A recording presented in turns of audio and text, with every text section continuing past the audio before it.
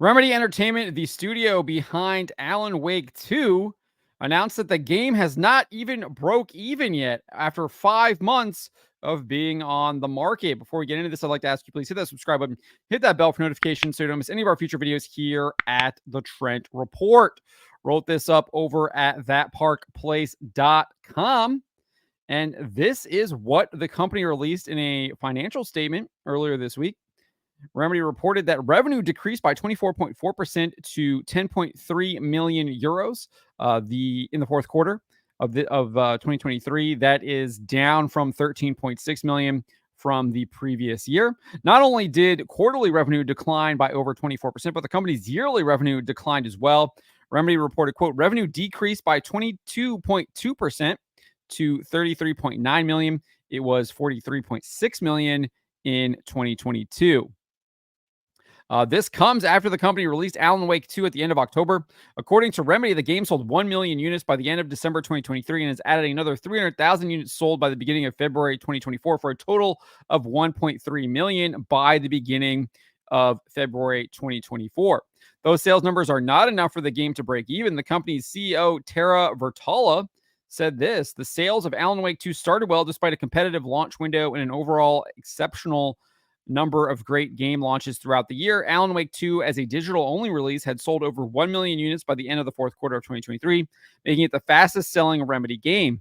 I want to thank the development team for their incredible effort in getting Alan Wake 2 done. However, he then revealed this: as Control proved, a great quality game can have excellent long-tail sales, and we expect this to be the case with Alan Wake 2 as well. Alan Wake 2 has already recouped a significant part of the investments made by Epic Games Publishing, and we expect the game to be a meaningful revenue and profitability driver for the year. So I don't know if I'm reading this wrong, but when you're saying it has recouped a significant part of the investments made by Epic Games Publishing and it hasn't recouped all of it, that means the game has not broken even. Maybe I'm misinterpreting this, but that is what that seems to say to me. Although they do expect it to be a meaningful revenue and profitability driver for the year. I haven't played Alan Wake 2, so I don't know if that is determinant on the game getting more sales or if there's microtransactions or something like to that effect in the game. To me, it sounds like they are hoping that the game will continue to sell. Obviously, from the end of October through the end of December, it sold 1 million copies. It does look like the sales have kind of trailed off already, because if you look at for the month of January, it only sold 300,000 compared to at least 500,000 minimum in both November and December if we divide that $1 million number between those, because again, it was like October 27th, so there was like 4 days in October that it was available for purchase. So most of its sales came from November and December.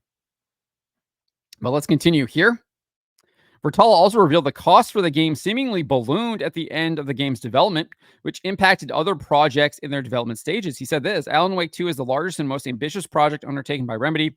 Finalizing the game with a high quality was a priority and required more personnel during the year than originally planned, which in turn delayed our other projects moving to the next development stages. The successful launch of Alan Wake 2 freed up talents for other game projects, resulting in improved development velocity. So it's unclear exactly if they had to bring in more people, increasing costs, or if those increased costs are coming from the fact that they've now had to delay their other projects in order to move people from those other projects to Alan Wake 2 to get it done. Either way, obviously increased costs to get Alan Wake 2 completed.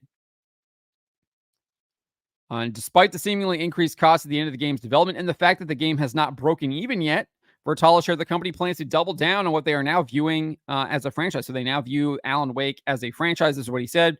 With Alan Wake and Control, we now have 2 established franchises, and our ambition is to grow them into franchises that have high brand recognition, steadily growing user base, more regular cadence of sequels, and an ability to generate revenues and profits at a high level. To this end, the company claims expanding their Alan Wake franchise as well as Control are key for the company's future. This is what the report says. We have 2 established owned franchises, Control and Alan Wake, which are linked through the Remedy connected universe. Growing and expanding these franchises will be a key part of our future. In addition, we work with a partner franchise, Max Payne, that was originally created by Remedy. As for why the company's revenue declined so much, this is going back to that 24% decline for the fourth quarter and that 22% decline for the year. Despite releasing Alan Wake 2 in that fourth quarter, Vertala said this: our full year 2023 revenue and profitability were impacted by significantly increased investments in our own game projects and the impairment charge related to Codename Vanguard. He said, out of the 5 games we had in development during the year, we co-financed 4 that are based on Remedy-owned brands, whereas Max Payne 1 and 2 Remake is fully funded by the IP owner and publishing partner Rockstar Games. In the fourth quarter of 2023, revenue and profitability declined from the comparable period. Furthermore, Vertala then shared a game they had in development with Tencent was scrapped. So he says in November, we announced a reboot to Codename Vanguard, renamed Codename Kestrel. The requirements for a successful new free-to-play game have clearly increased during the past years. Despite the promising progress during the first half of the year, we decided with Tencent that the potential was not there. Kestrel returned to a concept stage. As a result, we wrote off all the capitalized Vanguard development costs, impacting the profitability of the fourth quarter and full year 2023 by 7.2 million euros. So remember, they were down. What were they down for? If we go back up here, it was 43.6 to 33.9. So they were down almost 10 million. And it's looking like the majority of that is from seemingly this $7.2 million for this Codename Kestrel free-to-play game that they were developing with Tencent. I would be remiss if I didn't point this out. While Remedy appears to be optimistic that sales for Alan Wake 2 will continue to perform well in the long term, the game is part of a major controversy and growing boycott of games with consultant Sweet Baby Inc. attached. Game developers Alessandro Filari revealed Sweet Baby Inc. CEO Kim Bellare was heavily involved in Alan Wake 2, writing in November 2023. For creating Saga Anderson, the developers at Remedy took a different approach compared to the process behind other hero characters, resulting in a more organic creative collaboration across different disciplines at Remedy Entertainment and outside parties. Along with working with story and narrative consultant Kim Bellare of Sweet Baby Inc. to refine the character voice and story arc, the key creatives of Alan Wake 2 also worked extensively with the actress playing Saga Anderson, Melanie Liburd, who offered suggestions and other insights that led to the Saga Anderson scene in the final game. In fact, Alan Wake 2 game director, Kyle Rowley, appeared to confirm how important Sweet Baby Inc.'s involvement was. He says, I think that it took us a long time to find Saga. It was an interesting process. We had an idea in our head on what that character could be, but then as the character evolves over time, being open to changing her based on input from the actors and from external sources, that's clearly referring to Sweet Baby Inc. there. In my opinion, there's potentially other external sources as well, but that clearly does include Sweet Baby Inc. Really open things up for us. I think that's important for us as a studio to be okay with because we don't do it very often for our characters.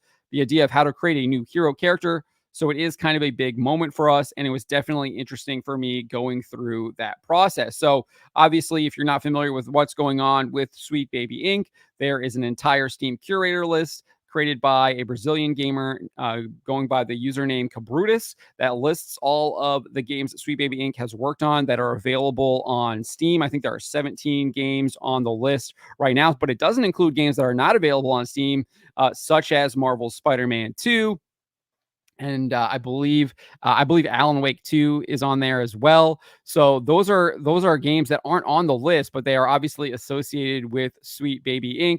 And the list is basically a boycott list because it just recommends that that they are not recommended for anyone following the list. The list has over 300,000 gamers. So we'll see how the sales for Alan Wake 2 continue throughout the year, if they match what Remedy is expecting, or if the boycott really does start to hit them as people become more aware that Sweet Baby Inc. was involved with this game.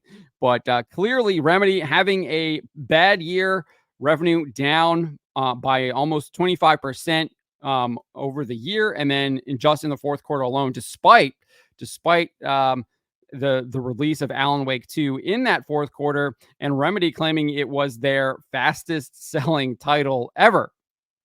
So even when you have so-called success of Alan Wake 2, they still had massive amounts of decline in revenue. Let me know what you guys make of this. Let me know in the comments below. Remember to always be charitable, but to always speak the truth.